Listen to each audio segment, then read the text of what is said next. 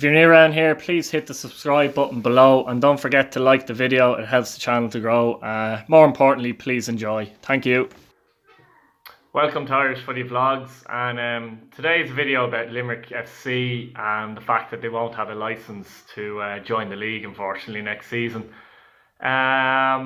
Look, it's always disappointing when any club has to go into liquidation or disappear. Limerick FC have been around since the mid-30s, I think 1936, 1937, I believe. But unfortunately they won't have a licence this season. Doesn't mean they're gone altogether, no, not necessarily. They could well be back the following season. But another example of how, clubs not being run properly, to be honest with you. I know a lot of people blame the FAI, and the FAI has a lot to answer for in a lot of ways, we all know that. But at the same time, clubs have to be run properly by their specific owners. They have to follow the guidelines, and if the club isn't up to standard financially or any kind of way, they have to meet standards. Otherwise, what's the point? We'd all have a situation where no club would have to meet standards, and we'd be in a worse situation now than we already are. The problem with Limerick FC and a lot of other clubs is that obviously they were in the Premier Division for a few years and they were doing quite well in the Premier Division. We all know that, and a lot of good players. Joe Gamble playing for them at one stage as well. But I think the issue here goes into a state of, some owners put a lot of money into these clubs and it's completely based on success. So if that success, whatever that is to them, isn't made, then these clubs are in trouble. They start to lose crowds, they start to lose, obviously, the fans don't come to the games, and relegation to First Division for Limerick ultimately proved to be a disaster.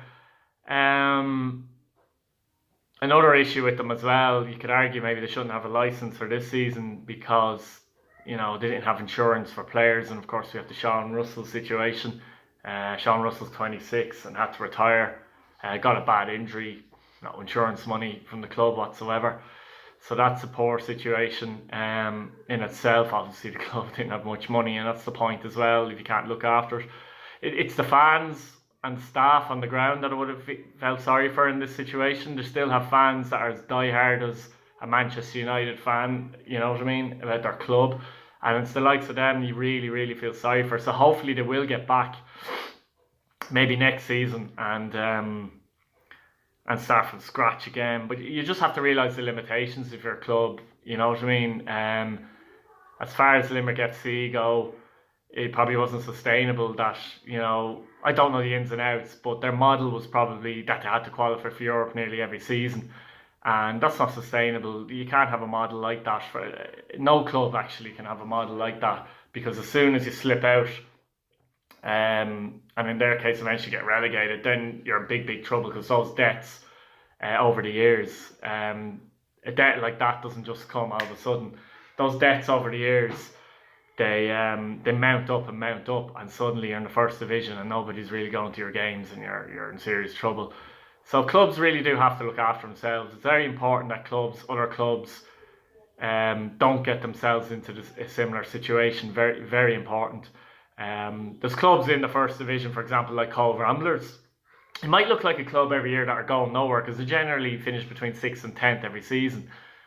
But at the same time, they're not foolish, and you don't have someone coming in, putting loads of money into the club and maybe getting them into the Premier Division, and then things don't go well, and suddenly they spent all this money and they get relegated, and debt comes into the equation. But success for a lot of clubs is just staying in the leagues, and that just has to be the bread and butter. Make sure your club stays in the leagues, and after that, see what you might be able to do. Look after maybe your youth system and that kind of thing. Maybe that's what should be looked at a bit more for certain clubs. Some clubs do that very well, But Limerick kind of went for it, and a lot of clubs do that, and we eventually seen the same result after a while.